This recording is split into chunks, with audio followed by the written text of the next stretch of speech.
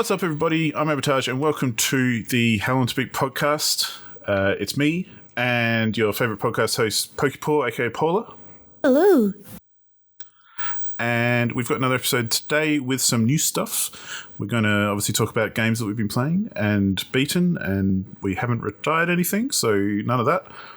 But we're also going to talk about some exciting stuff because Paula's been part of a game jam recently. And I'm very excited to hear more about that. And I'm sure everyone else is too. And then we've got a new game as well for the end of the podcast, the end of the episode, which we're going to try out and see how it goes. But time will tell and see how it goes. Yeah, please. I'm kind of worried about it because we did a test run last week of a microphone, I guess. Didn't go so well for me, but anyway. We'll see how it goes. And but, you know, you'll be able to tell if we're going to keep it or not, I suppose. But, yeah. But first off, we don't have many games to talk about initially this week, but we're going to run through them pretty quick. So Paula can start with what you've beaten recently. Well, so you remember how I was like halfway through Burning Paradox last week? Well, I finished the game. Like I went into mindless long-ass marathon with the game last night, just in the nick of time. So, awesome. I think last week I was like in the last of the Bloom's routes, which was Tokyo, aka Kaori. And I'm trying to see my notes over here. Sorry if you can hear the paper, because I am an old-fashioned fella, so everything here is on paper. Okay, so in this particular route, since they were like kind of fighting, they were sending a mission together, and we learned about another of the colonies that was like a smaller colony called Iota. And the thing is that the main colony, Theta, is like very modern, I'm gonna say, and it has like all the latest technology, and it's very well maintained and stuff like that. And actually, it's like I'm gonna call it like the capital, but they don't use those terms in this game. But it's pretty much the capital. It is the biggest colony, and it provides for the other smaller colonies in the sector. So here we learn a little bit more about other characters, like one of the vectors, or like the monster sympathizers, used to be a researcher himself. And it seems like there used to be like this research going on about improving the environment. Because, as I said, the environment is shit. And the air is poisonous. You can see the sky. There's barely any plants around. So in the end of the day, the researchers' first objective was to try to make the environment more livable again. And then they said, you know what? Changing the environment is kind of difficult. How about we make the human species evolve in some way? So they started doing like all the genetic engineer research on how to make humans be able to prosper again in such an environment. And that gave the rise to vectors. So I'm gonna try not to be like so in-depth on each route, so because it is a lot of notes now that I look at it real quick. And the fun thing is that after going through the 4 routes that are like the justice routes, you have the villainous justice routes, where the protagonist Yuki kind of like gets along more with the vectors and the vector sympathizers. -1 because that one is kind of like not as sympathize. Oh my god, he's not on the vector side. He's not on the human side. So he's kind of like there, and then the blood gets really interesting. So for the vector side, there's a lot to take in because one of the vectors were actually like hurt by a vector, but then they got like an antibody shot to not turn into a vector. Because I said like people who get hurt by the vectors turn to vectors themselves and they like lose their mind and just act on instinct after that. And one of the guys from the vector side was a researcher. The other researchers like kind of like fed him to the vector to save their asses. So he now has like a very big hatred towards humanity itself because they are all a bunch of backstabbers. That road was, I think, this road was more like in line of, hey, this is like the research they were doing with more detail. So if you want to know more, go play Huga's Road. And there's also like a little hint towards another character who was pretty much bred and they grow in a kind of like a vial tube, whatever. Like they not only were creating vectors out of humans, they were like breeding humans so they can make vectors or like try to make like the more superior human species, I'm gonna say. I don't know. The researchers were very fucked up in this game. Like the more I saw into it, the worse it got. There is Yukinami. There wasn't like really a lot in Yukinami's route. You get to meet the protagonist, quote unquote, uncle. Though I think in Japanese they call uncle to anyone like under a certain age range. But anyway. And he was just chilling in Tao, which is the colonies where the vectors live, because he was the lead researcher on the experiments that involve human genetic mutations and stuff. So after shit happened, he kind of like escaped the hell out of there. He said, nope, this is not for me. I'm going out. This is actually very sick. And he was right. And then you have Ibuki. And Ibuki is one of the Generation 2 vectors. Generation 2 successful experiments because he instead of turning into a vector can use powers and he's just he's not a regular human, but he looks human, he thinks like a human, he has consciousness, he has powers and can survive outside in the poisonous air, but he's not a vector. But for obvious reasons called the researchers suck. He just ran away with Yukinami, which is the guy from Last Route, went to Tao and said, hey, what if we tame the vectors and attack Theta now? Or like just hang around Theta and see what they do. And in this route, we actually know about the protagonist's parents. And here, if by some miraculous chance, anyone is playing Paradox and they want to like experience the thing blind, this is where I say, turn the fuck around, skip this, whatever, because I'm gonna attack spoilers. So the protagonist's parents were Generation 1 experiments, and that's why the protagonist has powers.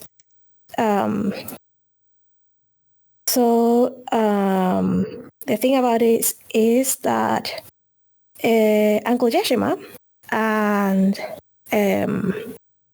I forgot the name of the commander, but the commander kind of like hid her existence from the higher-ups because since for the higher-ups, the subjects from the genetic experiments were nothing but, well, subjects. They were not considered people. they said, hey, if they know they had a kid, she's gonna be a lab rat for the rest of her life. So they kind of like got the Generation 1 people away from there, get them like fake documents and all that stuff, and make them able to, give them a little hut and like just live there. And the thing about Generation 1 is that they live very short life because of how their powers kind of like strain their bodies more. I think they fixed that in Generation 2, but it seems that Generation 2 subjects are able, like, they could turn into vectors if they push their body to their limit. Like, if they really use their powers, like, there's no tomorrow, they can become vectors, though Ebook is kind of like a special case. Then there's Generation 3, which are the blooms. And finally, like, we still have 2 routes left, and I just told you pretty much the entire premise of the game. Like, what else there is to know? Here is your extra spoiler warning. Turn away or keep listening. It turns out this place where they are like leading colonies is just a small fraction of the world that used to be Japan. And now it is called Plant 3. Plant 3 is a place where researchers decided to make humans have like the best technology ever. They gave them like all the commodities and see what happens. Turns out humanity just happens to self-destruct itself. Who knew that? So Plant 3 is... Who knew humanity could suck? Humanity can suck, yeah. And the thing about it is like people outside this plant really prosper because they use Plant 3 as an example of what not to do. Cool. Like, hey, they kind of are doing things this way, so maybe we shouldn't give like the latest technology to all humans at the same time. Maybe we should like roll that apps out slowly, or maybe this kind of technology is not like something that you should have access to and stuff like that. So,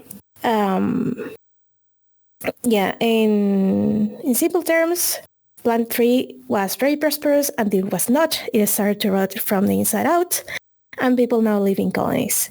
And people on the outside world are just watching and saying, hey, they now made vectors, and they created a thing that attacks them, and the environment is shit, and we kind of like don't have a use for them anymore. So let's nuke them. As you do. So yeah, so they were like kind of worried that the corruption would seep out of the Plant 3, aka Japan, and start contaminating the rest of the world. And because of this ongoing war between humans and vectors, and how everyone lives in colonies and all, and most colonies are actually very poor. Like they're either in ruins or rely heavily on Theta to even survive. It's like, hey, I think they're past the point of no return. So Rio, this route character Rio actually is a person from the outside, and he's like researching hands-on whatever is on the inside of Theta. I mean, on the inside of Plant 3. And he's just playing like double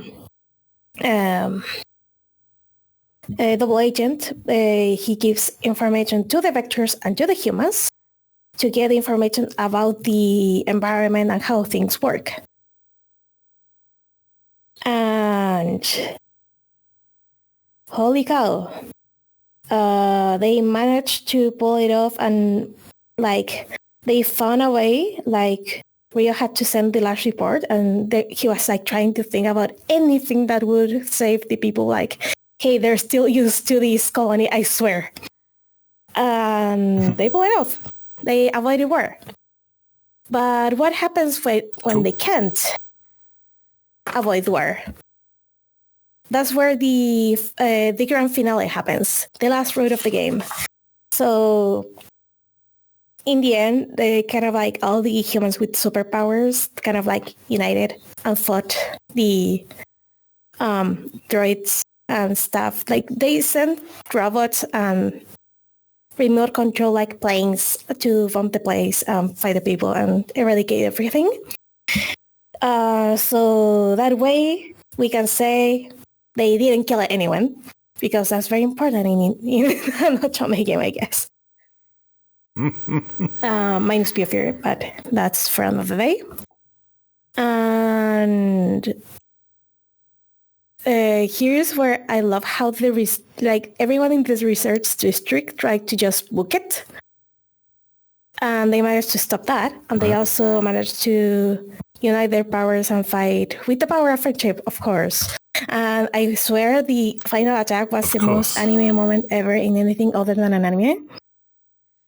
But I don't know. The game already had magical gears and stuff like that, and everything worked with the power of friendship. So at least it's consistent with itself. But anyway. And now, like, everyone with powers took over the research district, and they're like researching how to defend themselves from the outside world. That is kind of like the end of the game. And not gonna lie, I had my doubts because of all the negative comments I saw about the game. Especially regarding some of the routes, like the Siscon route that I talked about the other day. But I'm actually quite happy with this. I'm happy I experienced it. It's not my favorite game ever. I still give it like 7.5, 8 out of 10. Because even though I really like it a lot, I can recognize that it has like some really glaring faults, mainly because of how the pacing of some of the routes work. Like, this was a project between Automate and HLTB, which is a all-boys idol group. Right. So each of the members of the group was one of the main love interests. And I can recognize there was a lot of work put into this. Like 5 of the characters have actually 2 voice actors because they have a male and a female form. Which, holy crap, they managed to make them feel like the same person, even they look and act and talk differently, but the core personality was the same. That was kind of cool. But that's cool. They could do with less routes and or with more fleshed out routes. Because I feel like, especially like Yukinami's and Hyoga's routes felt kind of redundant in a way, sorry. Mm-hmm. But I also feel like some routes, especially Rio's, could use some more flesh out, because suddenly just turning to an exposition dump, and like it didn't flow in a more organic way, I want to say. Mm-hmm.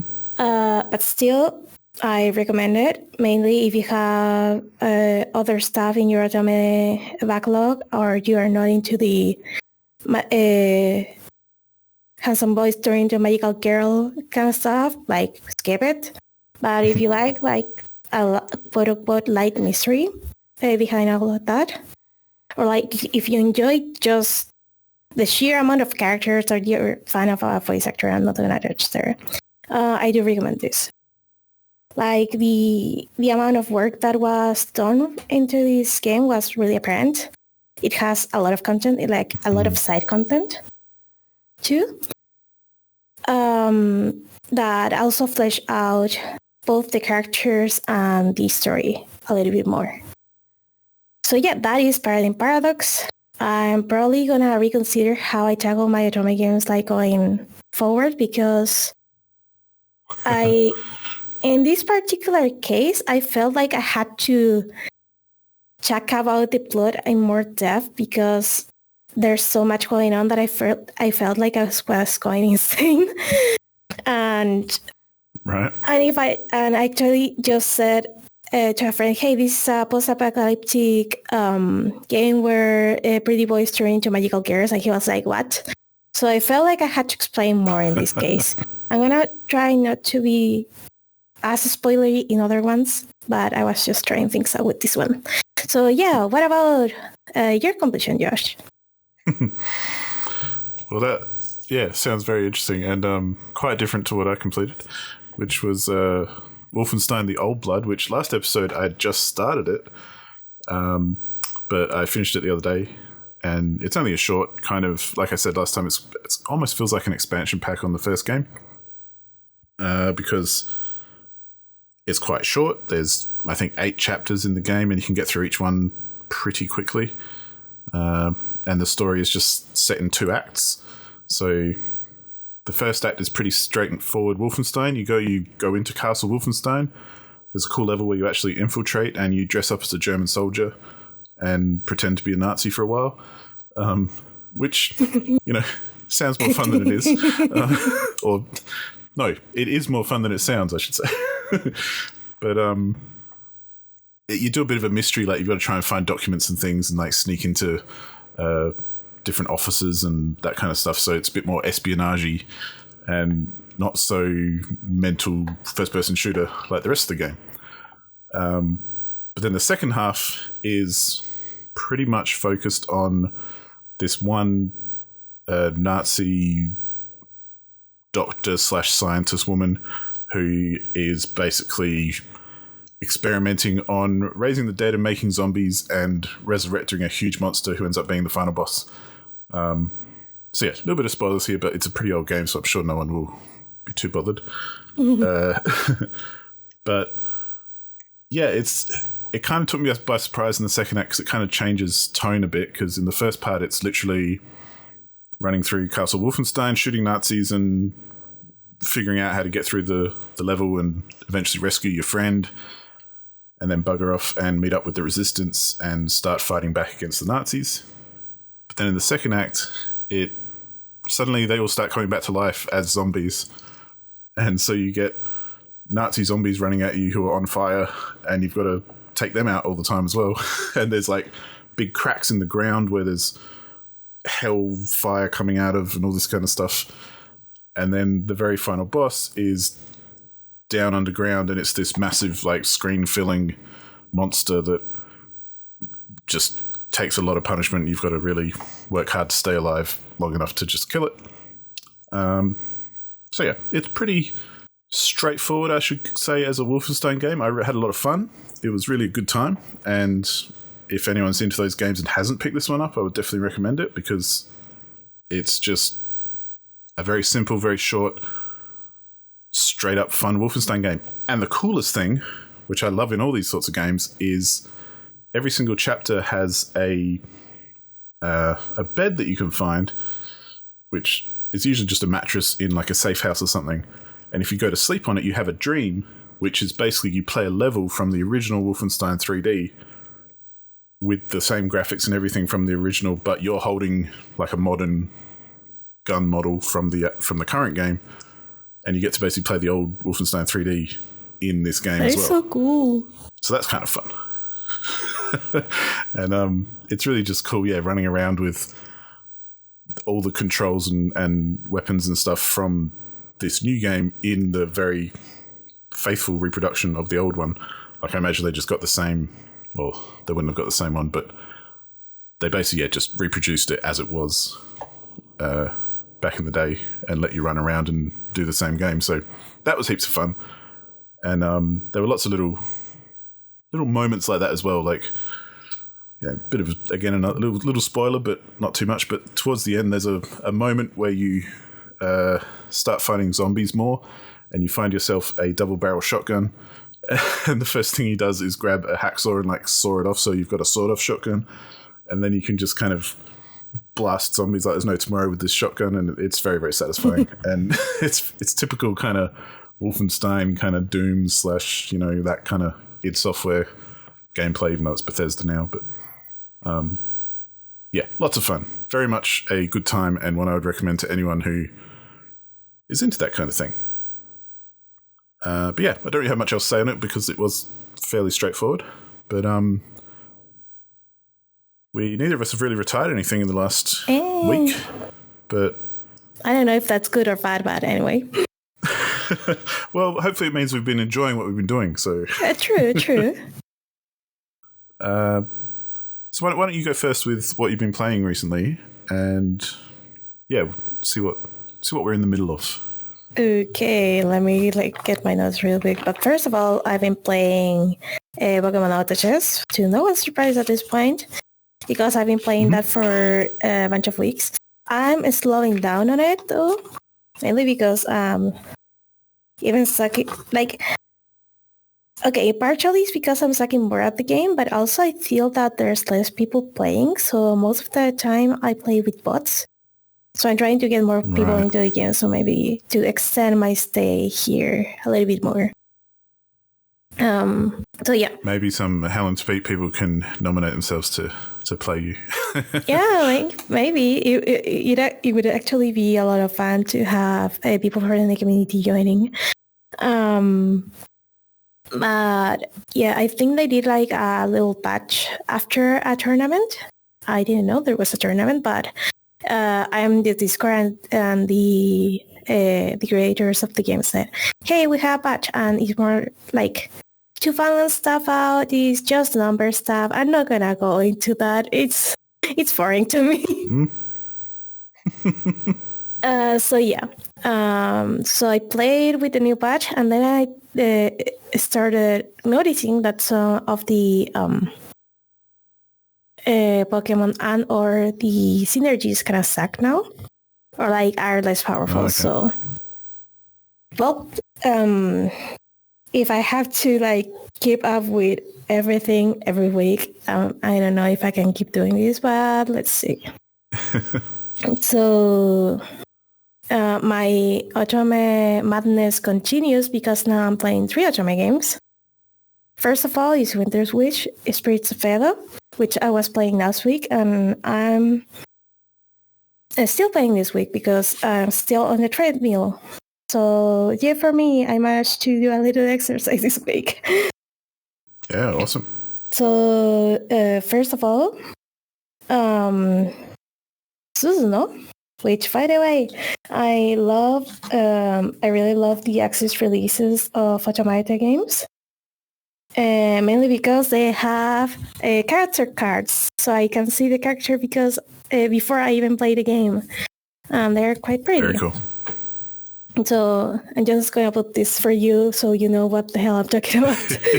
But Susuno. Oh, they look like very to our listeners. They look like very kind of postcard size collectible art of the characters in the game, which is very cool. Yeah, I'm kind of crazy because this always come with only the day one edition of the Otome games, except the core realized ones that come like with a special edition, but I have quite a bit of them. Because I always try that's a big stack. Yeah, I always try to get my games like on day one, partially because of support, and partially because I'm a crazy person that can't wait for their favorite Otome game to drop down in price. I just have to have them as soon as possible. Yeah, why not? Yeah, it's like it costs the same. It has little cards, and it's like you know how in games right now you open the box with the game.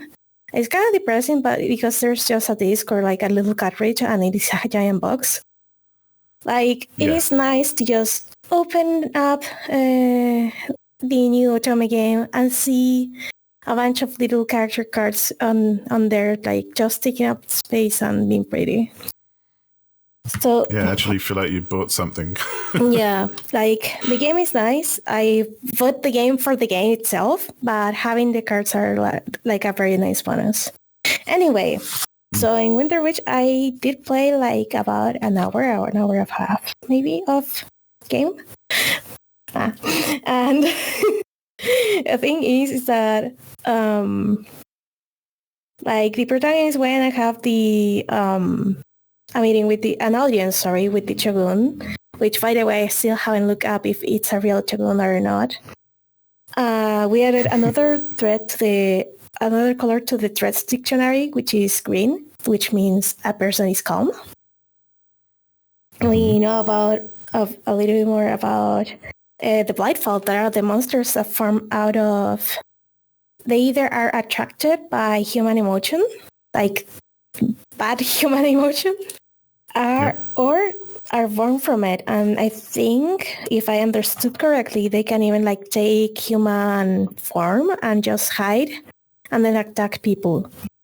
So in the end, they have two ways of protecting themselves, which are the Oniwaban, that is that special force I talked about last week, and the Hakuseki clan, which is actually the clan the protagonist kind of like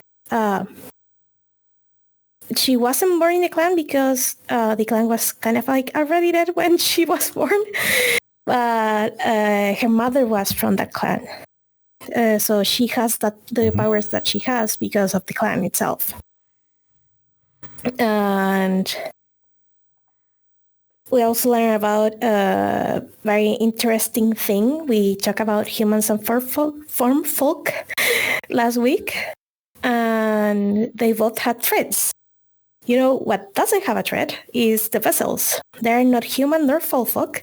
They're kind of like born, like in the same way that the form folk are, like having like an item that you like very taken care of, or like and getting like a soul in a way. But they have like a special treatment where their hearts and memories from when they were a tool are sealed. So that way, so because of that, they don't have threats because they don't really have a heart that is emoting. Right. And that it works for them because, as I said, the Blightfall are they kind of like feed from that human emotion.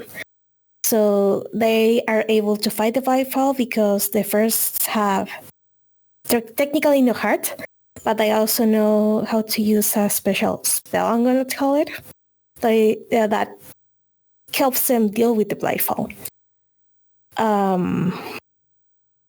So just like the farm folk, they kind of have like their names carved. Instead of a tablet, they have it carved into their body. And if they happen to recover their memories, they are usually executed because that makes the entire mission be in danger. So that is like and if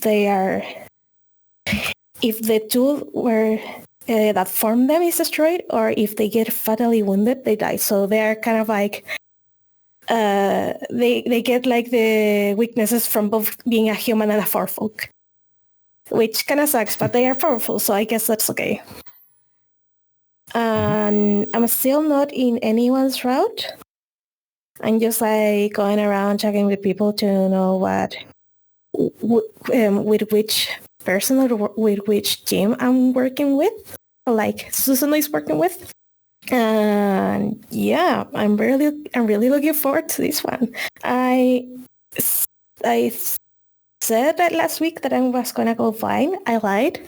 I'm gonna be using a route for this one because I just realized that you cannot do like all the routes like from the get-go. There's like a certain order to them, so that was kind of sad. The other game that I'm playing with, and I kind of drag my boyfriend into playing this one, is BUSTAFELLOWS. So the deal was, hey, I kind of hate going to the snow, like to ski and stuff, because I'm scared to death from the height and from falling. So I will pull through that fear and pull through the agonizing car trip that is going to the snow if you play an otome with me. So that was a deal, as you can see. So BUSTAFELLOWS, we follow the protagonist Tota Bridges. She's a journalist from New Siege, and she has a special power. She can kind of like go back in time into a random person's body. Right. So instead of being herself and being able like to talk with the people she knows, for example, she kinda has to find a way to do the things she wants to do while to another person's body, and that is incredibly entertainment. Like the first person she kind of like went back in time into was someone who was like detained or suspect or anything. She was at a police station and like she had to save someone from being killed, and she pulled it off. And the way like I like that she, first of all, is a voice protagonist, which is very rare. Like most of the protagonists are, they have dialogue, but they don't have like a voice actor behind them. Yeah. So she's like a nice exception to the rule. And the other thing that I like about her is like she's kind of like a little bit different from the norm. Like she is not only like very bubbly, but she's also sharp in a way, which I kind of like. So she actually has to be sharp in order to get people to know what she wants them to do when she is going back in time.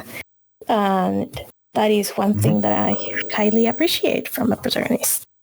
And yeah, they're currently like, the guy got saved, but now they're planning their fake murder to kind of like deal with bad people. So the point in BUSTAFELLOWS is that everyone in the game is kind of like the five love interests in the game are kind of like, they have their job, but they also have an underground job, or like or like the one of the main guys, Limbo, is like a lawyer, but it's not like in Ace Attorney where it's like you want to defend someone who is innocent and they happen to be innocent. Though this guy will defend anyone as long as they pay them. He will go through very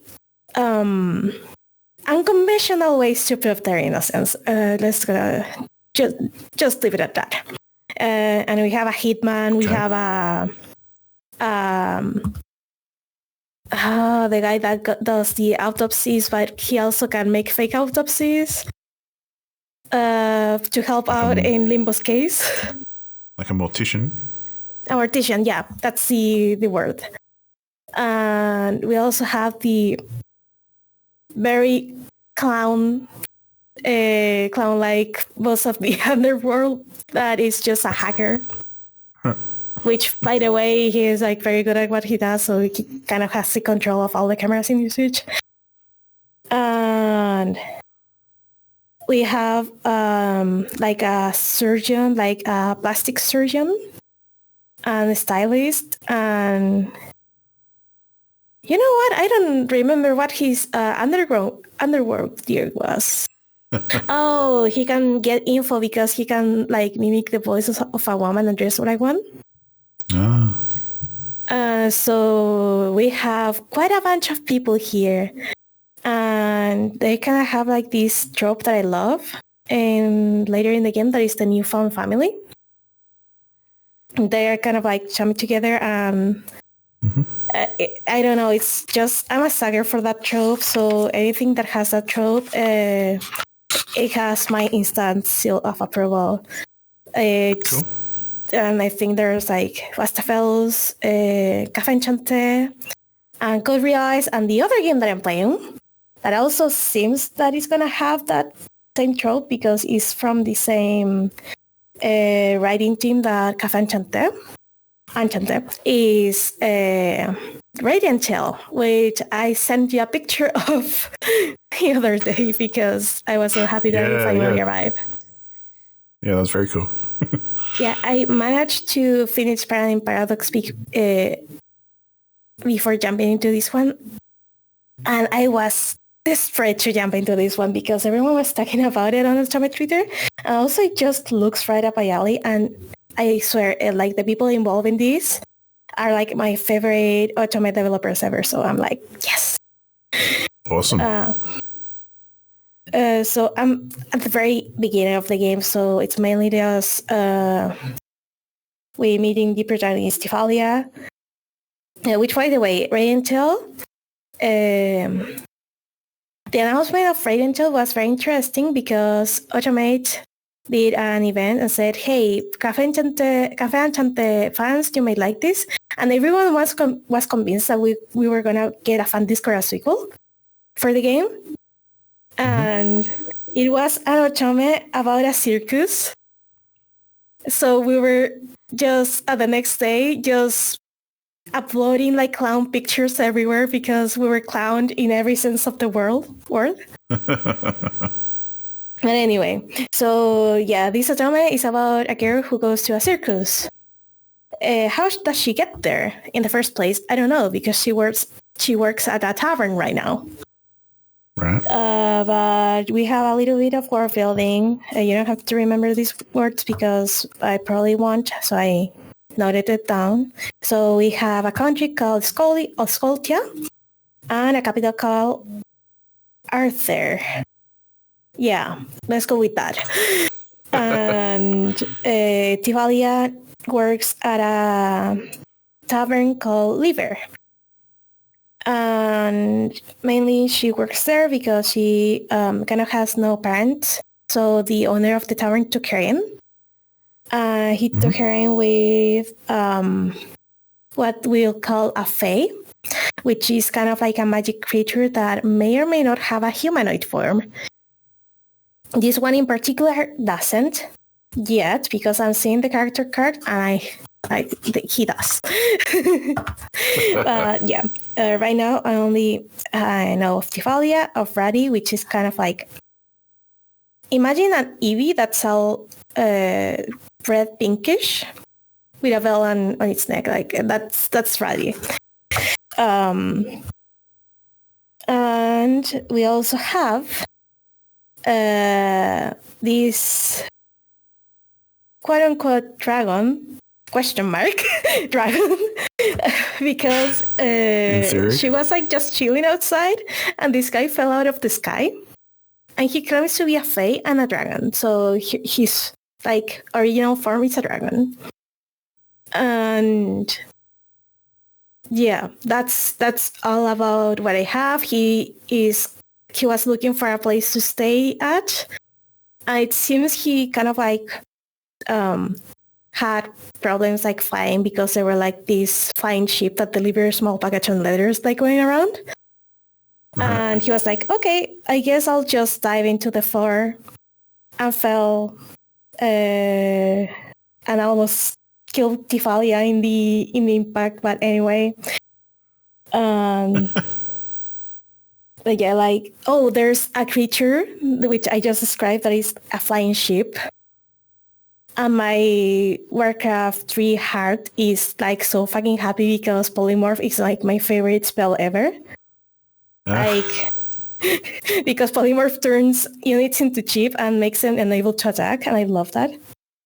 And they are called Wooloo, like the Pokemon Wooloo, and I don't know, they're just so stupid and I love them. Awesome. So yeah, we have Raddy the dragon, Raddy the Puffle, I'm gonna say, and Vilio the dragon, and we are gonna look for the other 3 plus another character, which their deal I don't know about, for the next episode. So yeah, that's what I've been playing. Cool. How long are you into that one that you've just started? I just started. I'm like half an hour through, and according to a little website called HLTB. I don't know if you know, if you heard about that one. Might have. It is like 32 hours long for 100%. Oh, okay, cool. Awesome. So a little bit left to go. Yeah. And what have you been playing? I see something very interesting that I've seen all over social media. So Tell me all about it. Yeah. So, it's Baldur's Gate 3. And I was very fortunate because a friend of mine who I play D&D with, because I DM for a Dungeons and Dragons group, but a friend of mine who also plays computer games said, hey, do you want to play Baldur's Gate with me? I said, it's too expensive. He said, well, I just bought it for you, so you got to come play with me now. And I was like, okay, let's do it. They kind of like strong arm you into playing with them. Well, and unlike what you were saying, Paula, about picking up your Otomes like as soon as you can, I tend to wait as long as I can before picking up games, especially on PC, because the discounts come really quick. Yeah. And if you can wait a month, it drops dramatically. Consoles takes a lot longer, but yeah. And this one I'm playing on PC. So I've been playing it co-op with two friends. And yeah, I just shout out to them for buying it for me, basically, and roping me into it. But first of all, the game itself is, if you're familiar with Dungeons and Dragons, then you're familiar with the game. Because it follows the same rules, there's the same classes, there's a couple of different races perhaps, but it's pretty much, you've got the same stats. There's your charisma, intelligence, wisdom, all that kind of stuff that you roll at the beginning. There's the same classes like fighters and clerics and mages and sorcerers and whatever else. And there's the same races as well, such like all the different elves and dwarves and humans and tieflings and yeah, all of them. And so on that kind of surface level, it's very much straight up a D&D game. And it's kind of weird playing it because it feels like the game is the dungeon master. So because obviously the game is making decisions and not letting you do certain things because it's part of the mechanics and that sort of stuff, and the restrictions of how the games are put together. First of all, though, if you've ever played Divinity Original Sin 1 or 2, this is by the same studio, Larian, and it feels very much like Divinity Original Sin 2, which I've played. I haven't played the first one. But it's the same sort of isometric viewpoint, well, kind of angle top-down, which you can zoom in and out of, so you can get quite close and behind your character, or you can get quite zoomed out and view the world from afar. But you're essentially controlling a party of 4, which you do in Divinity Original Sin as well. And basically you have many humans you've got making up that 4, play as those characters, but then you get an AI character to fill up the extra spot. Like in our case, we've got 1 extra spot in our party. So one of us controls our own character plus an AI character. Mm. So we kind of swap it around to just have a bit of fun. But yeah, in that sense, it plays very much just like Divinity Original Sin. And in a way, that's kind of a little bit disappointing because I played Divinity ages ago and I liked it, but I was kind of expecting something more from this, I guess. Mm-hmm.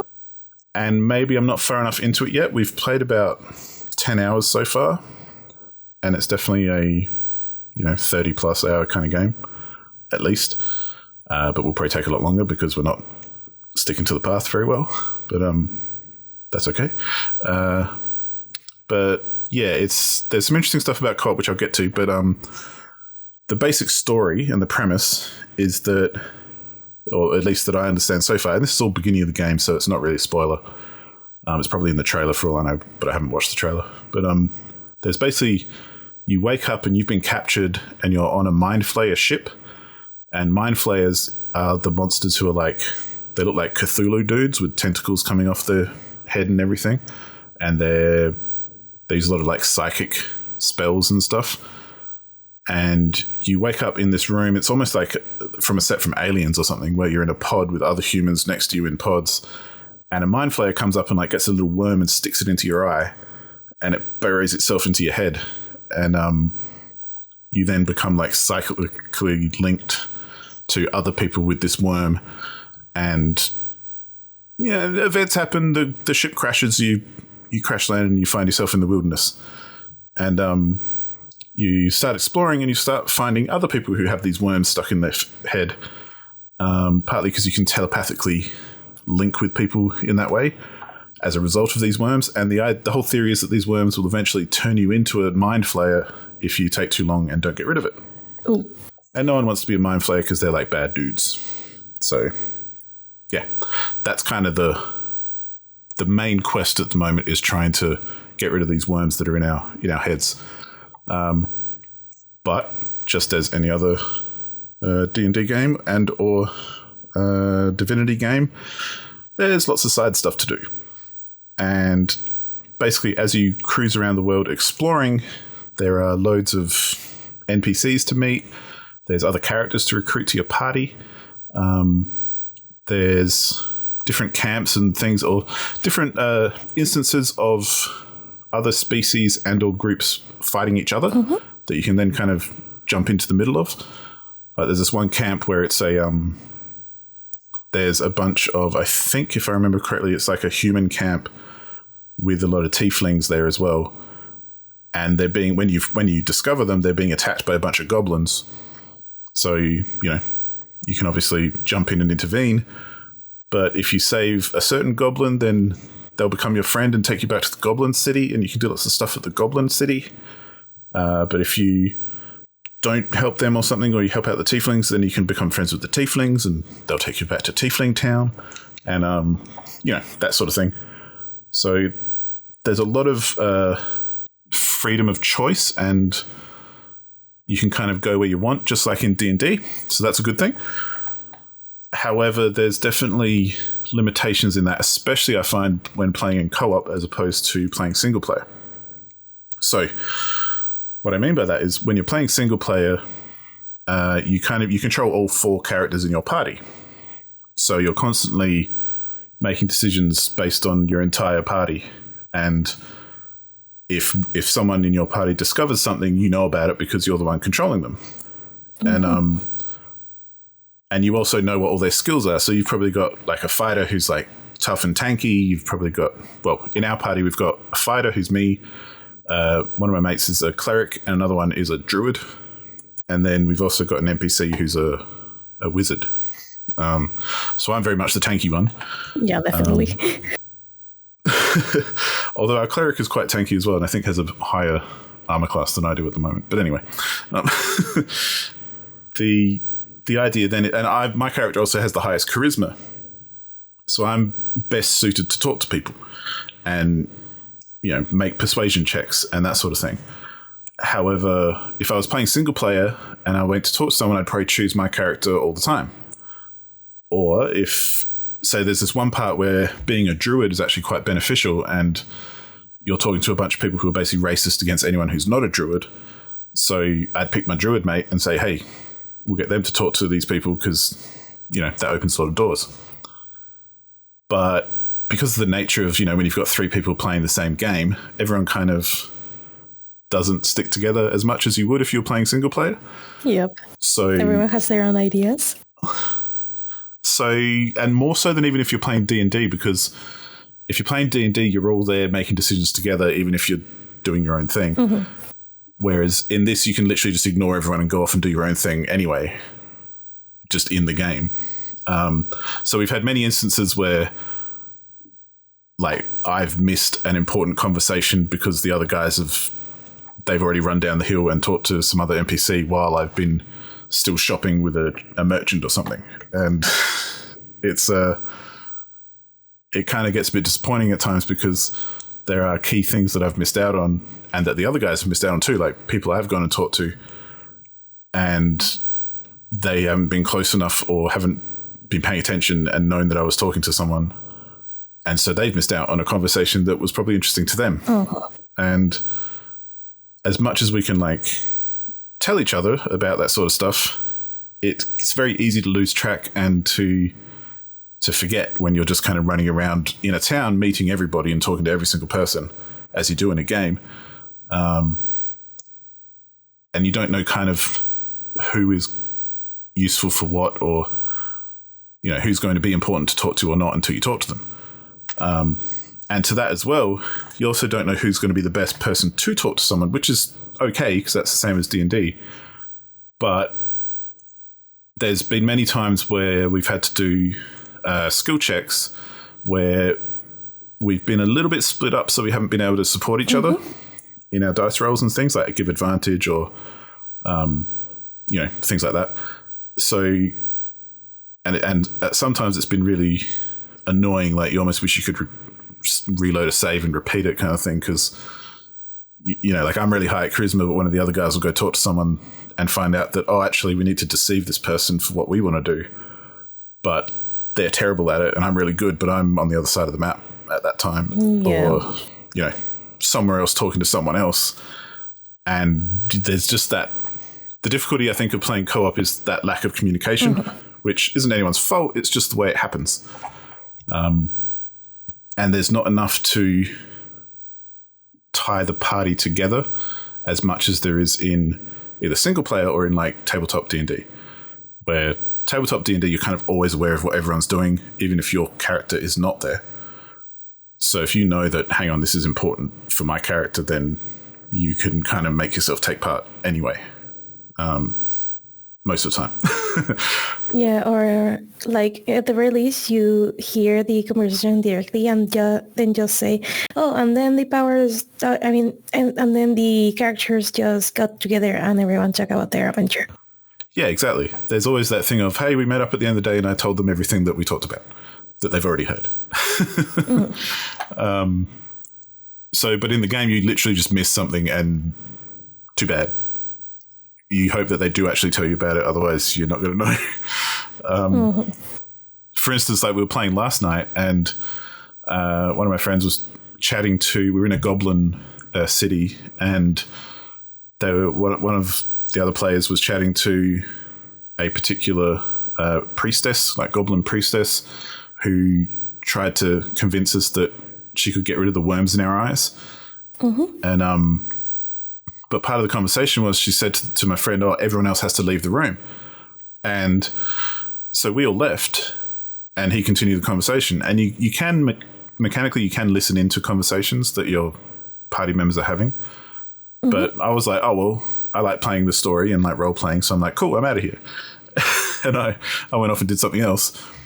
And then about 20 minutes later, I just hear my friend going, guys, where are you? Because I'm in prison now. And, and we're just like, huh? Like, beautiful. What happened there? And, that's kind of fun on some levels. Like, I really like that kind of stuff. But it's also like, when I'm playing a video game, though, like, this is something I might want to, I wish I'd seen at least, or, I knew why that happened or what happened kind of thing. So I kind of feel like I want to go through and play it single player anyway, because then I can read everything at my own pace and talk to people and not miss out on anything. However, there is a joy to just going through with some friends as well. And yes, you're going to miss out on stuff. Yes, everyone else loots everybody way quicker than I do, so I never get anything. But thankfully we do tend to share stuff a bit, so it works out. But there is a certain amount of fun to be had with not knowing stuff. But yeah, if you're a kind of gamer like me who likes to know all the story ins and outs and not just kind of fly by the seat of your pants, then I think I'll probably go back and play it single player just to, experience the story properly. But yeah, I don't know. We'll see how we go. But I am enjoying playing it co-op because, co-op's always fun.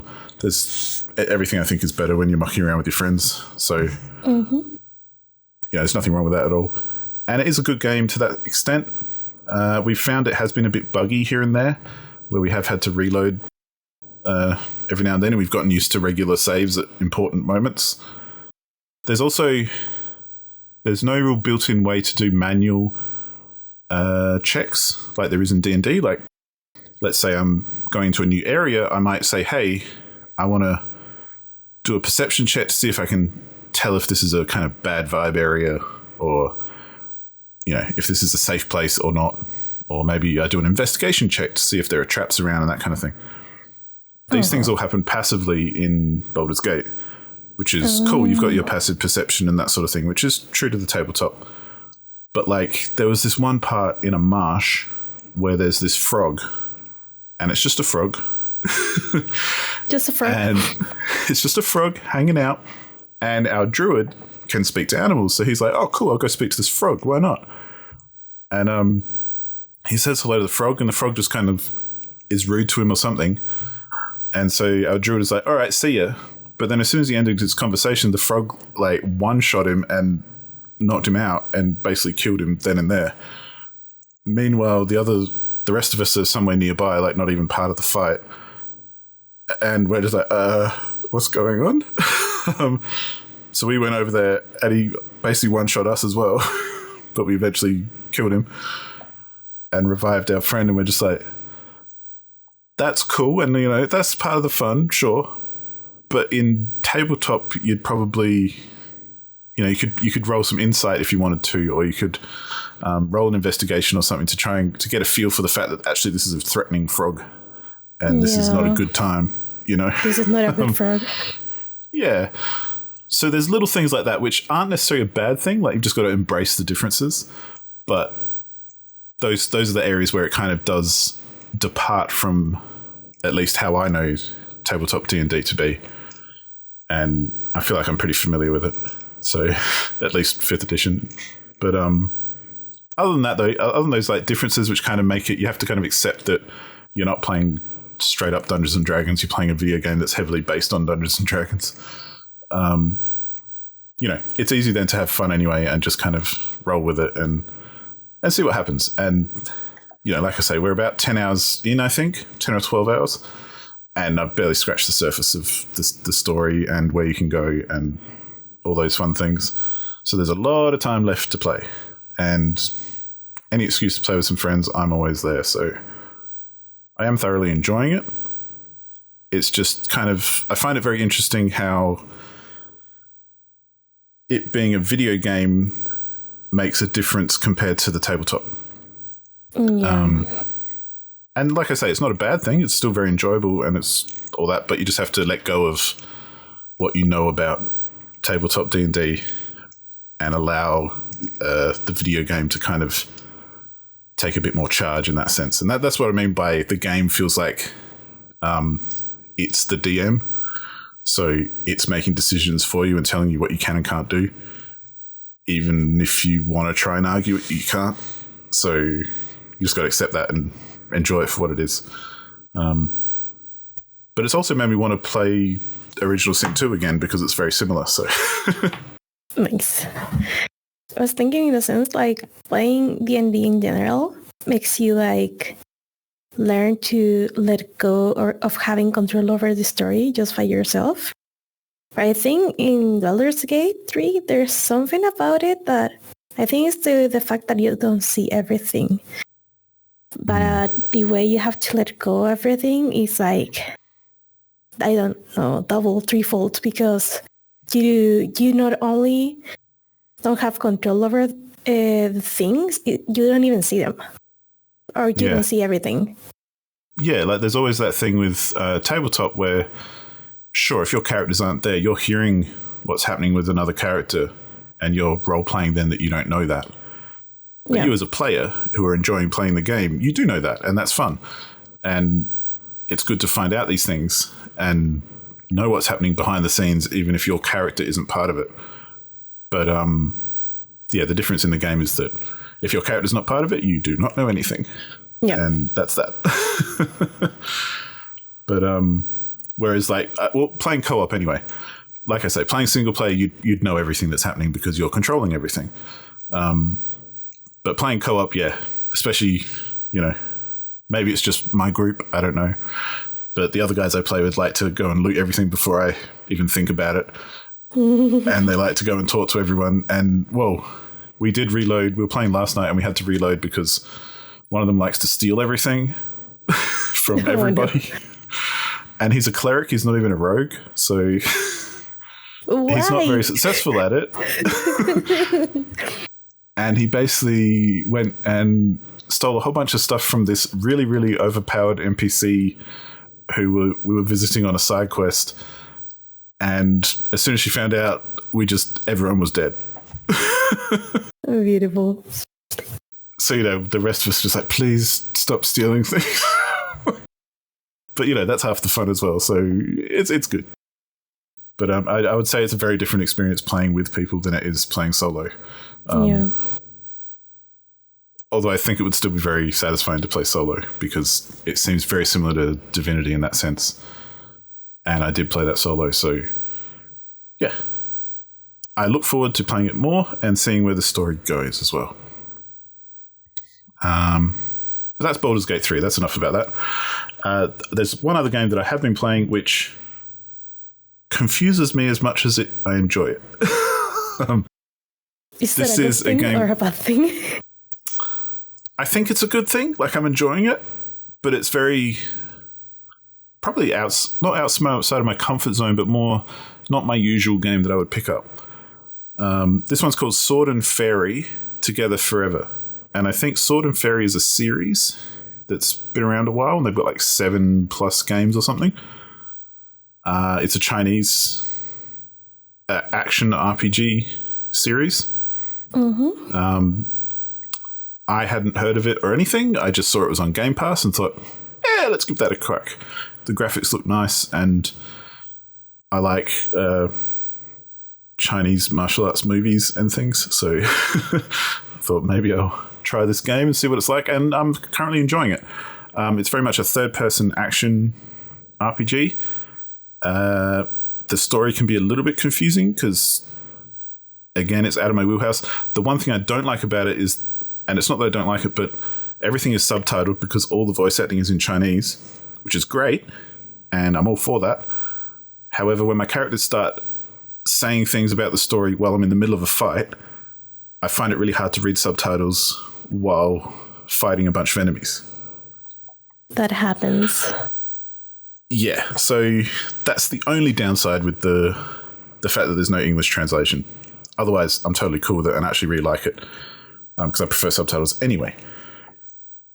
Holy crap, I'm looking at this and it has like, I think there's, oh my god, there's not only 7 mainline games, but it has like a stupid amount of spin-off games.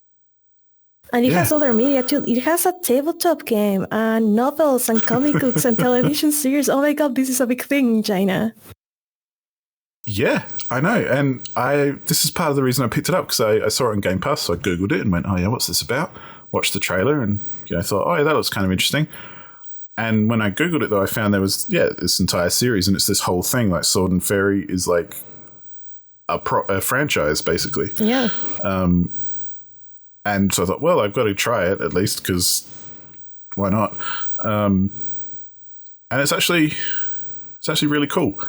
The premise of the story is basically, so far, from what I understand, it starts off with you have multiple characters in your party that you meet along the way, and one of them is this guy who is a deity, like a god, essentially.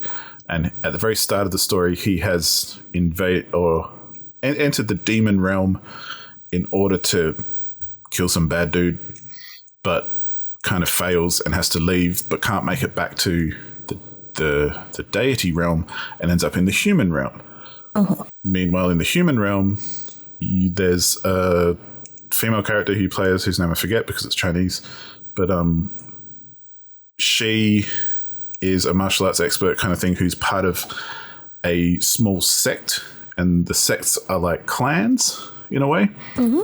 And so there's a number of sects around the land, and one particular sect, which is a bigger sect that's nearby, basically is very powerful, and they have a magical shield over the area that these sects live in to protect from monsters that exist outside the shield.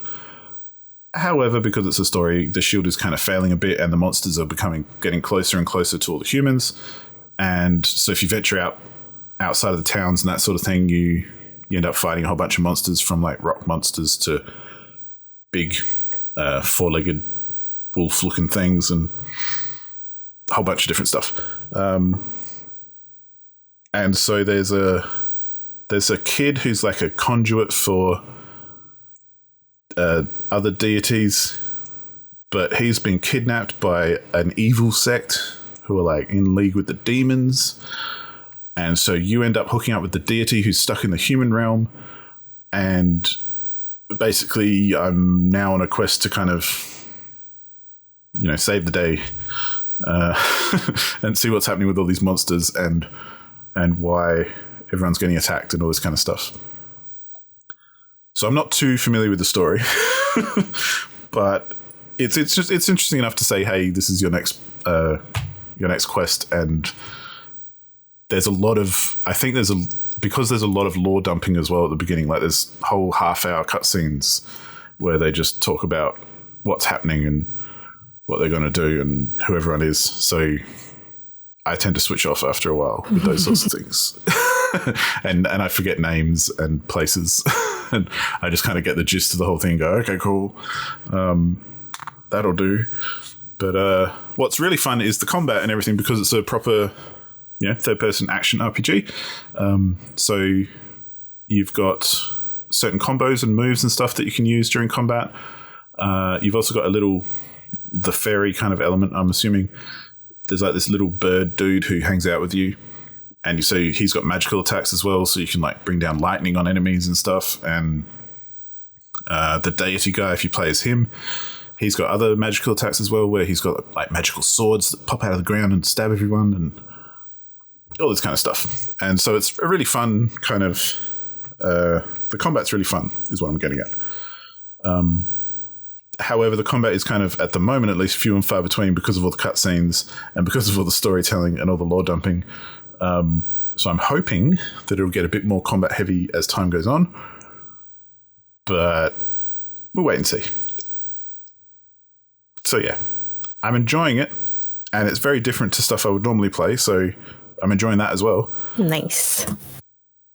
But I don't know if it's sold me quite yet. It's sold me enough to keep playing, but not enough to,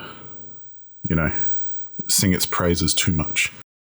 But yeah, that's Sword and Fairy together forever. According to HLTB, it's like a 30+ hour game, so you have a long way to go. It could end up on the retired list, who knows, but that's a common thing that anyone will learn the more we talk about games that I play, is that if it's on Game Pass, I'm probably going to give it a try, unless I look at it and go, absolutely not.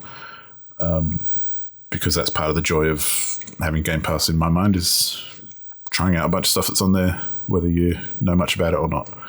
So, yeah. That's what I've been playing. Not much else to really talk about, usual stuff that I've been playing, but yeah, I think that's plenty for now. Because what I really want to talk about this week, and what I'm really interested in hearing about, is Paula's Game Jam. So please, take it away, Paula. Tell us what it's about, what you made, and, what you did to contribute and all that kind of stuff. Yeah, so I think it was 3-ish weeks ago, maybe by the time you're listening to this episode, 4 weeks ago, we 3 Chilean developer studios decided to make a little game jam, and we call it a Game Jam Viajante, which is kind of like flea reading game jam, not lice reading game. Nice. Lice reading game jam. And I don't know why why it is named that way. Don't ask me, ask the other guys.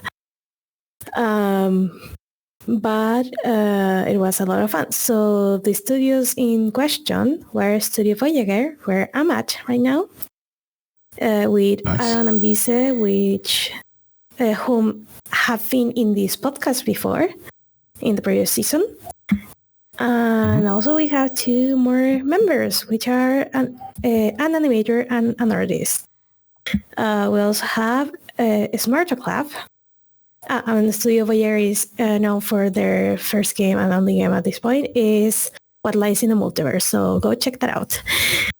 Shameless advertisement. Smarter Club, on the other hand, is known by their game Teacup, and also they're right now developing Bubblegum Galaxy, which has been shown in a couple of wholesome directs.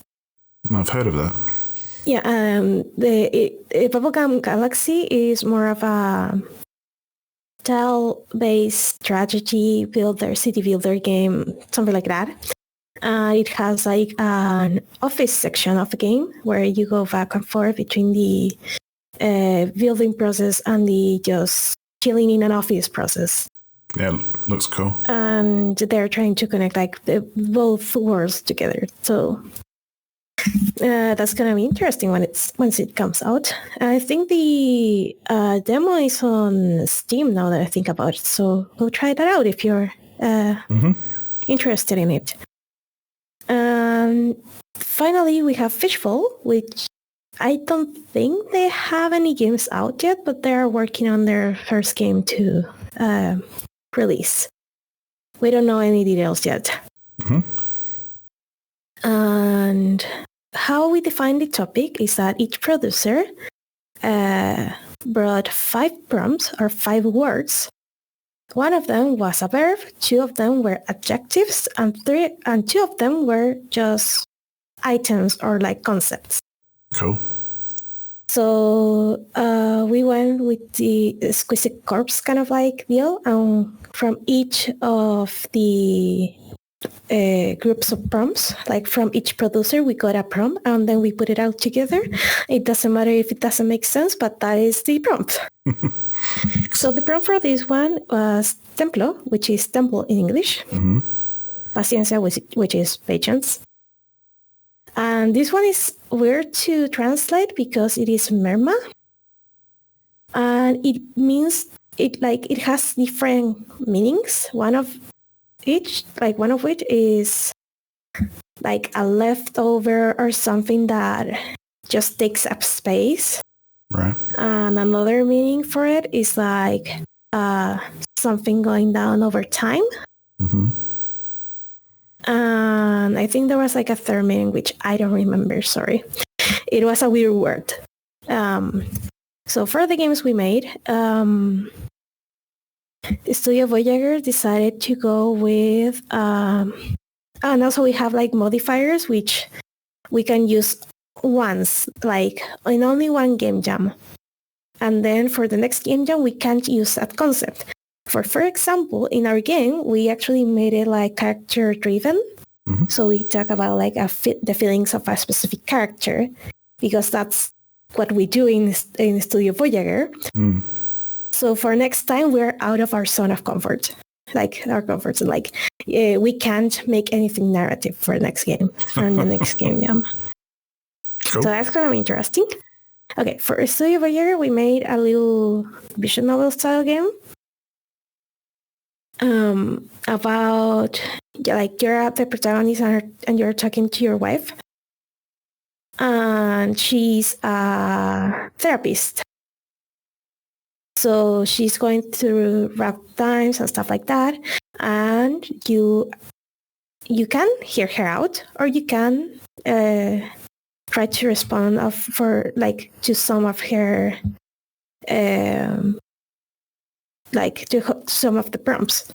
So you have like this line of dialogue that she says in the top of the screen, and in the bottom you have a little note with the idea that pops up into your mind, and you have a limited time to say that idea. Cool. So for example, if she says like, hey, can we talk? And you have like a couple of seconds to say, yeah, no problem, or just ignore her altogether, like, and stuff like that. So our game actually has like 3 different endings. Nice. Mainly, like if you hear her out like a decent person and not interrupt at each turn. And we have the 2 extremes that are like you ignore her completely and you don't let her talk at all. And it was quite an interesting mechanic. Like we were thinking of, hey, we are gonna save this code just in case we need it later. But we had a lot of fun on that. Like my role on this was being the programmer, mainly a programmer. And let me tell you, this was harder than I thought that it would be, because like visual novels are quite simple in a way, but you could say like the base system is simple, and also it has like, you can use plugins and stuff like that to just use what's already implemented. You don't have to reinvent the wheel. So we ended up using Yarn, which is a thing to make visual novels on Unity. Yarn didn't have implemented like dialogues with a timer. So we have to implement it ourselves.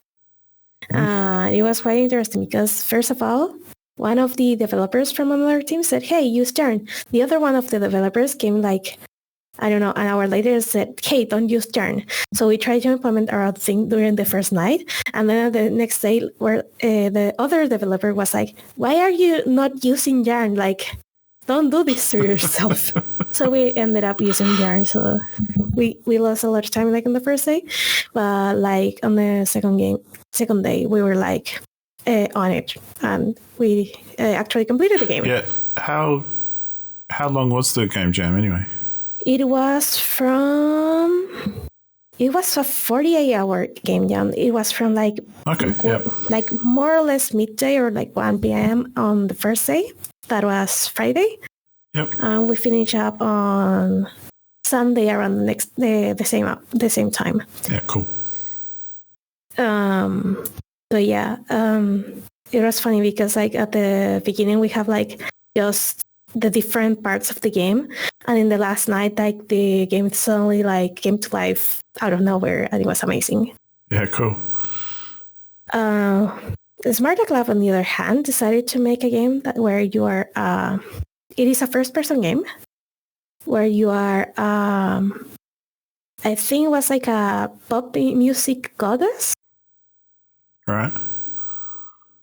And how we use the prompts, like the temple, we went with like a secure place where you can talk.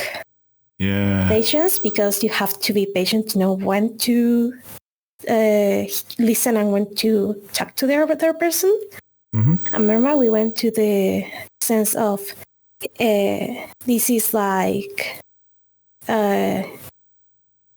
if you don't do this right, you are kind of like damaging your relationship in a way. So let's say your relationship points go down in that way.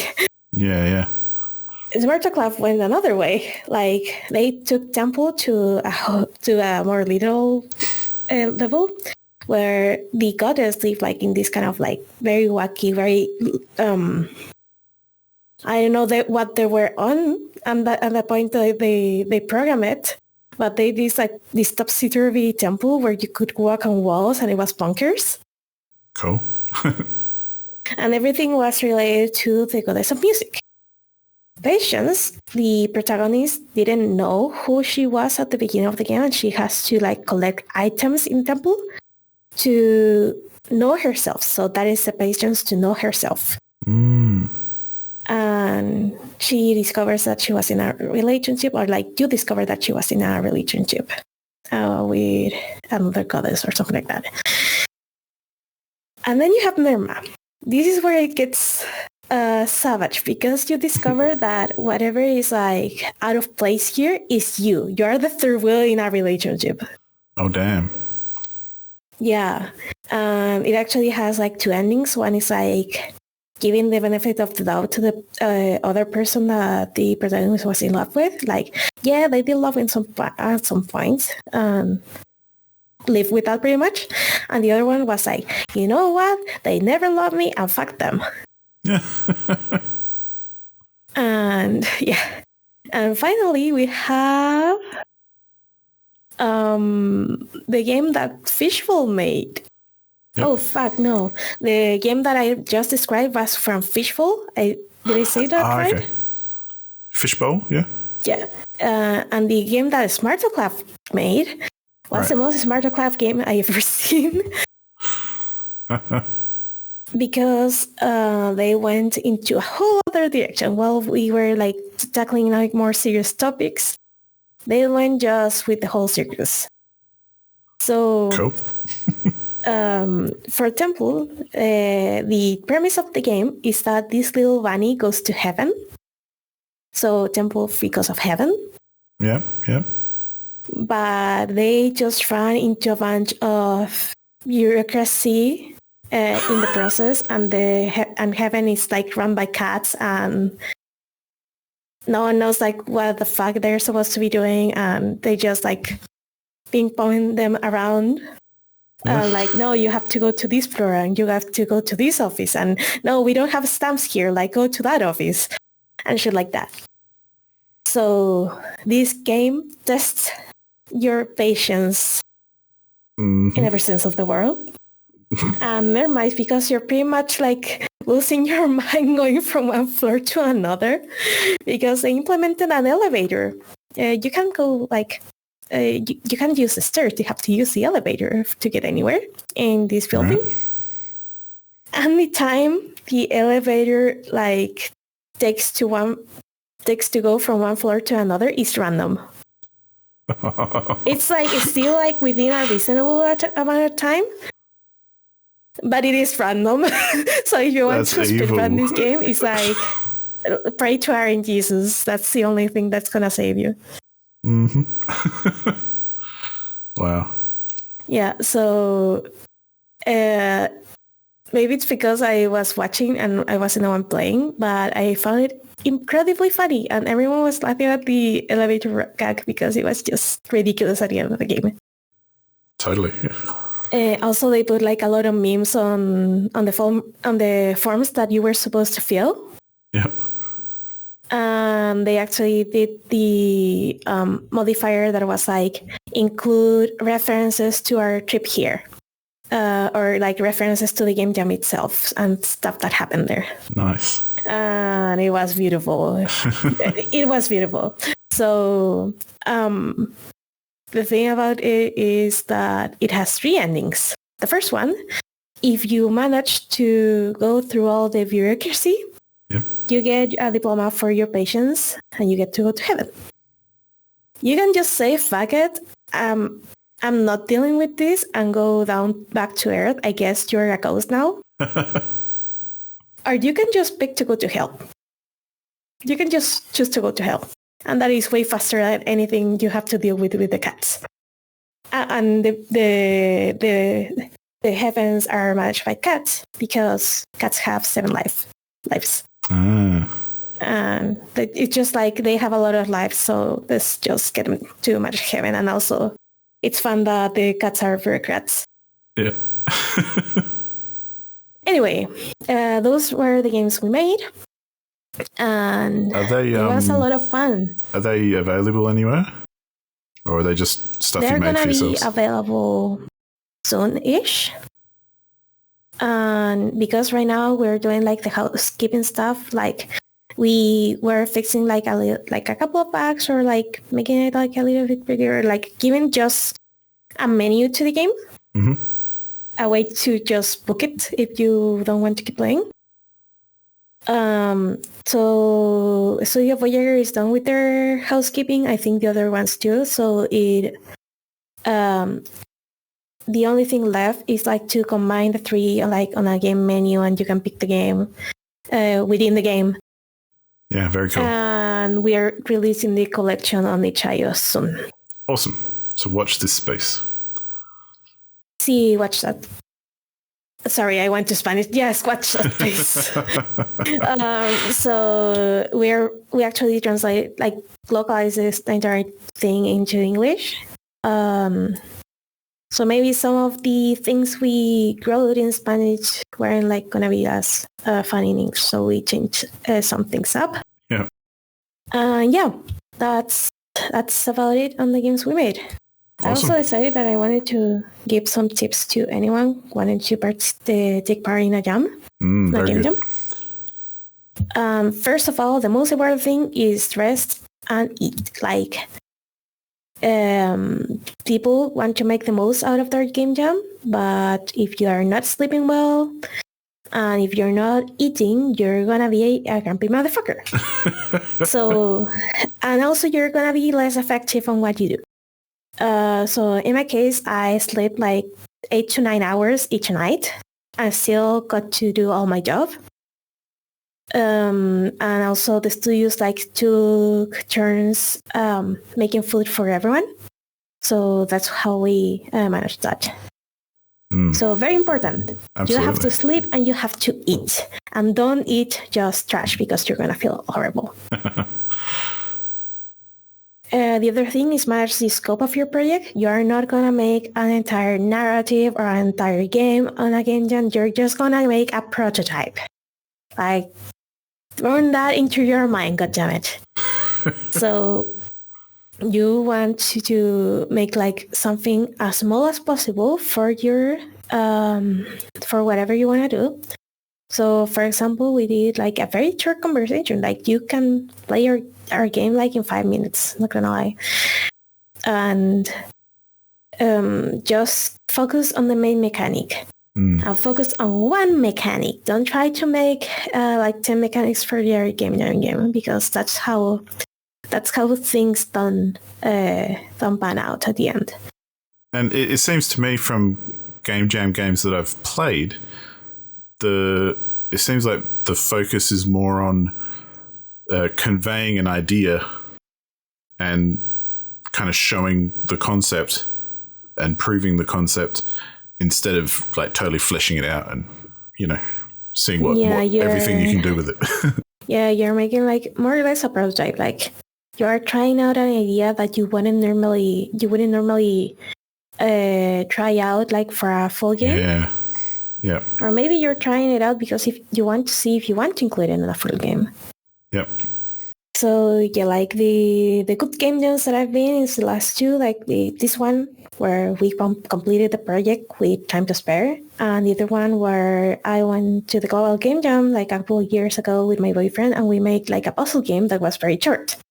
Mm-hmm. We used the one mechanic in every way we could possibly use it, and we made 7 stages that were very short but were very fun to play, in my opinion. The other games that we tried to make was like a very narrative heavy, like top-down pixel art adventure game. Don't do that. Just don't. Also, and we're at it, don't ever try to do a RPG on a game jam. That's a bad idea. Like it's even a bad idea to make a RPG if you want to make like a quick game. Yeah. The other thing and the other game we made, like we kind of finished it but didn't because you couldn't beat the final boss of the stage. And in that note, you have to take advantage of your team's abilities. Like if you have, in our case, 2 artists, 2/3 programmers, and 1 person like on the narrative, like you want to make a game that makes everyone a part of the game. And if you, for example, like in a game jam that I went a couple of years ago, if you are 1 artist and 3 or 4 programmers, don't make a game that is art heavy, for the love of God. Think of the artist. And then the organization, like you do want to take time at the beginning of the jam to make sure that everyone is on the same page. Yep. If you're on a team, if you're alone, like do whatever, but you want to really define what you're gonna make before you start making it, because that way the team can go and work independently, completely. And they all know what to do and how to achieve it and what they're trying to achieve. And we actually use Notion for this. And it was a godsend. Like we were able to define tasks that were like reasonable within the time we have. Mm-hmm. And it just took, I don't know, a couple of hours, but it just saved us so much time at the end. That was Notion that you said, yeah. Yeah, Notion is kind of a tool for either documenting stuff or like organizing time. Like you could just morph it to suit your needs, but we usually use it for documenting stuff about the games we're making. Yeah, cool. Make information like available to everyone in a very pleasing manner, like pleasing looking manner. Mm-hmm. And finally, we can make like timetables for stuff like and checklists and stuff like that, like in Trello and other similar tools. But we make it our own way and we make it pretty. Yeah, cool. So yeah. And finally, enjoy the experience. Like, why go to a game jam and if you're not enjoying this trip? Like, go nuts within reasonable limits and just enjoy meeting people or like doing stuff. Though I have to say, making a game in a game jam with people who actually know what they're doing is very different from your regular game jam. Because in your regular game jam, you have people who have never done anything, right? Which was kind of like me on the first game jam where I was. But here you have people who know what they're doing. They're used to working on teams. So yeah, and that's it. Oh, that's awesome. Yeah. That's very interesting. I very much look forward to trying out the games that you all made. Just wait for a little bit longer because I saw they're almost there. Yeah, and my Spanish is not good enough. I need to wait for the translation. So. Yeah, the translations are the ones that we're gonna release. We're not gonna release the Spanish one. I think maybe. No, I don't awesome. Nice. That's good. Thanks for that's. Yeah, I'd be interested in if you do another one down the track. We'll hear about that as well. So thank you. Yeah. Yeah, that would be so much fun because we like this activity so much that maybe we're doing it next year too. But yeah, awesome. Let's see. Well, and I've always enjoyed like finding out about game jams. I remember there was a big one that happened all around the world many years ago, which was it was called the Candy Jam. The Candy Jam. It was when Candy Crush were trying to trademark the word candy. Oh. So they had a game jam which had like thousands of entrants from all around the world of games using the word candy. I love that. That's the theme. And they put them all online and you could play them. And yeah, there were all sorts of different games and all sorts of, quality and size and length and everything. And it's just really fun seeing, as someone who's into gaming, like what kind of ideas people come up with. And like you say, it's a prototype of something that might not necessarily get made into a game anyway, but it's just fun to explore what could happen. And yeah, it's a good time. I recommend everyone check out game jams if you can, if there's stuff to play and that kind of thing, because it's a lot of fun. Yeah, and some of the more creative ideas, like if you're the kind of person that thinks like gaming is not original anymore, like the games that people make are like the same everywhere else, go play game jam games because totally they go out there with ideas sometimes. Absolutely. I mean, yeah, like, a rabbit in heaven sounds pretty good to me, but yeah. Well, speaking of games, we've been speaking games the whole time, but we've got a new game to try to replace How Long to Beat the Game, because we thought we can't just repeat everything that happened last season. And this is a game which might take a little bit of explaining, but ultimately, hopefully, will make sense. And, we'll try it out. Maybe it'll work. I don't know. But hey, let's give it a go. I'm going to explain the rules to begin with for everyone paying attention and playing along. Well, currently it's called Guess the Game, where the aim of the game is to guess the game. Oh, because this used to be Guess the Game, where the aim of the game is to guess the guess game from last season. Yeah, if you heard the episode where I came on as a guest, this is a version of the game that I brought with me onto the episode. But a little bit more refined and hopefully a little bit more effective. But basically, each week we're going to quiz each other. We're just going to quiz, like I'm going to quiz Paula this week, and next week she can quiz me. And we're going to pick a random game from our completion list on How Long to Beat. And using the completion comments from the game's page as clues. We're going to try and guess which game those comments are related to. And so there's 3 categories. There's a main story, there's main plus, and there's completion, just like on Helen's Beat. And so if you guess the game based on just the main story completion comment, which will be quite vague intentionally as well, we'll pick a comment that's not going to give it away straight away, then you get 3 points. If you then take a second clue in the form of a main plus completion comment, you get 2 points if you guess it off of that. And then finally, if you get a completionist comment as your third clue, which essentially will probably give it away because it'll no doubt involve names and places or things that are niche to a particular game, then you get 1 point. So ultimately you get 3, 2, or 1 points, and we'll see who ends up with the most in the end. And hopefully we'll actually be able to guess them, or this we'll could actually be... have to, at some point, if this works out, we'll put some stakes into the game, but for now it's just for fun. Yeah, let's see if it works first.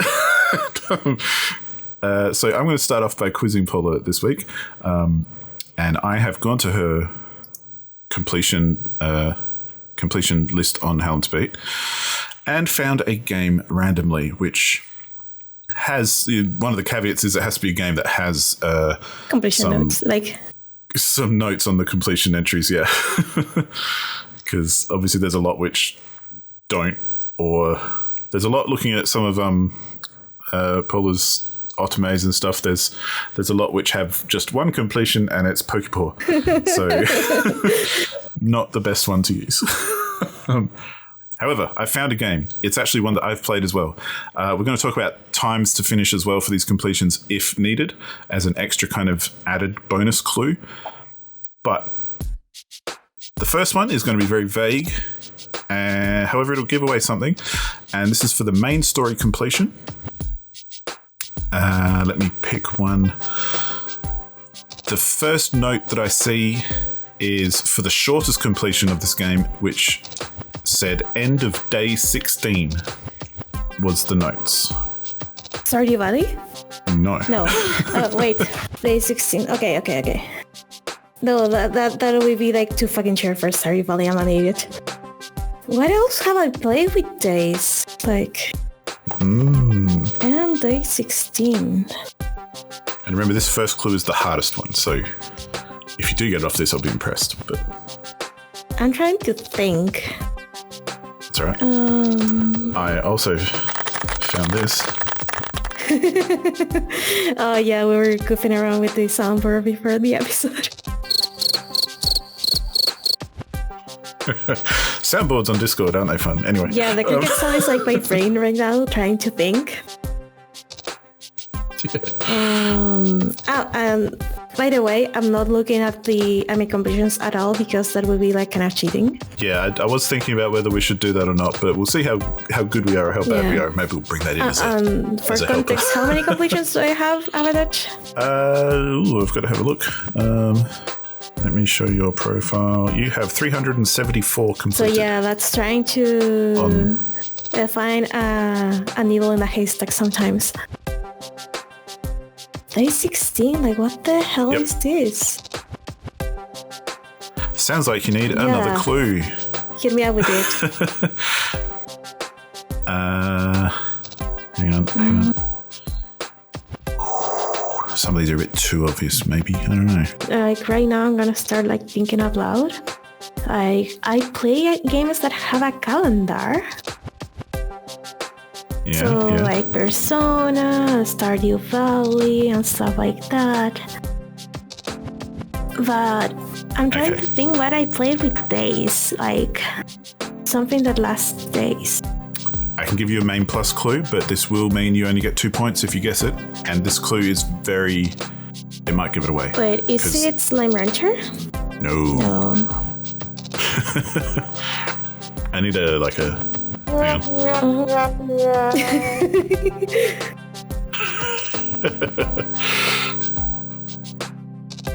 Okay, hit me up with another route. Other clue. Need a clock ticking as well. Okay, so the options are not that wide for this game. So this might actually give you a lot. I might edit it first, and I'll reveal it all later if you need it. But anyway, it says one ending, all blank identified. And the blank is something I've taken out because it would be way too obvious. Ending. All blank. So one identified. Ending, all something identified. Pokemon Snap doesn't have days, I think. No, it doesn't. Which one? Never mind. I was thinking if Pokemon, like new Pokemon Snap has a day system, but it doesn't, so it wouldn't make sense. All something it identified. Let's see what other clues I can give you. This is a fairly recent game in the last couple of years. What have I played that is that like that? As I say, I've also played it and I really enjoyed it actually. Let me think. I'm not giving up yet. Yeah. That's okay. The average main completion time is only 5.5 hours. Only 5.5 hours. For the main story completion time. All blank identified.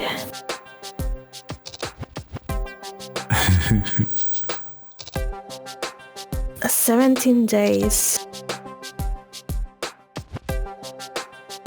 Or end of day 16 was the first one. End of day 16, sorry. Yep. Most people seem to have played this on PC, but that's pretty much the standard for everything unless it's an exclusive. Okay, it has to have some sort of collectible or creature to identify. But what? Like, if it isn't a Slime Rancher, I'm at a loss here. It's a good guess. So main story was 5.5 hours. Main plus is 6.5 hours, so it's not that much different on average. Yeah. No, Slime Rancher took me like 20-something hours, so... And I didn't even do everything, so yeah. It's much shorter than that. It is very, very short.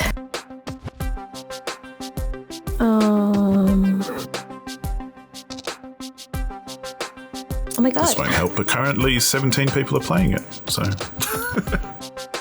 Oh, so it's niche, like... 356 have beaten it. Okay, not so niche then.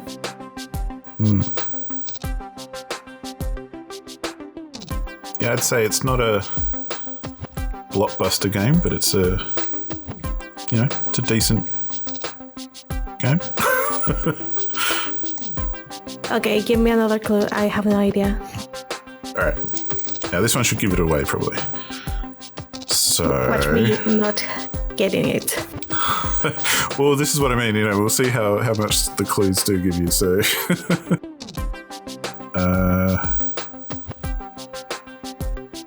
Well, actually, before I do that, I'll give you the blank for this one. So this was one ending, all plants identified. Strange horticulture. That's the one. I told you we'd give it away. Fantastic. That deserves one of these. Oh my god. Yeah. I really didn't like... The word was the key all along. Oh, yeah. Yeah. I forgot that Strange Horticulture had a day system. I know, but yeah. I mean, I really liked it. I thought it was a great game. Yeah, it was a lot of fun. Yeah. I definitely one I'd recommend to people. It's a top tier indie game, I'd say, like shortish kind of game. Well rated. It's got an average rating of 3.9, which is pretty good on How Long to Beat, of course. It's only 2% retired. Yeah. Congratulations on your first guess. Kick it off with a good 2 points for Pokepaw. I did it better than I thought I would. Well, you said you had, 370 odd completions? Yeah. I think I've got about 1,300 or something. Holy cow. So I beg you to not pick something too obscure. I'll do my when best. you're quizzing me.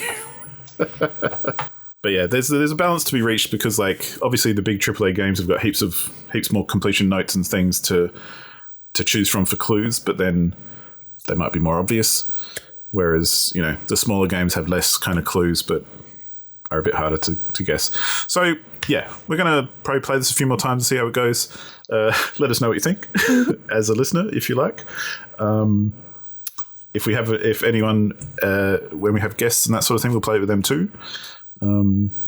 So yeah, that's our new game that we're trying out called, what was it called again?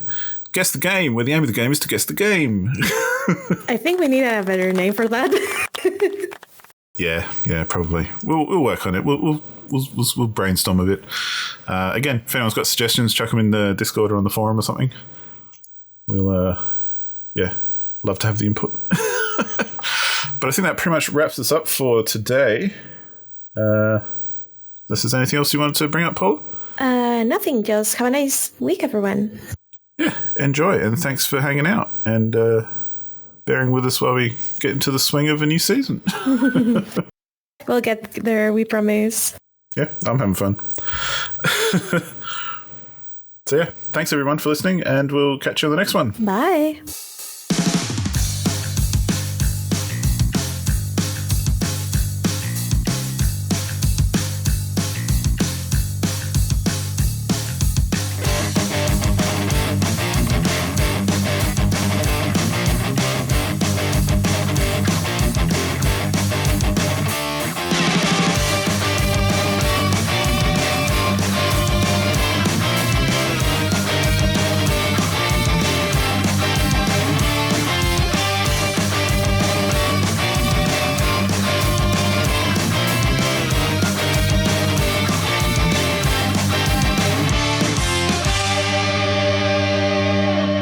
This is not a good frog.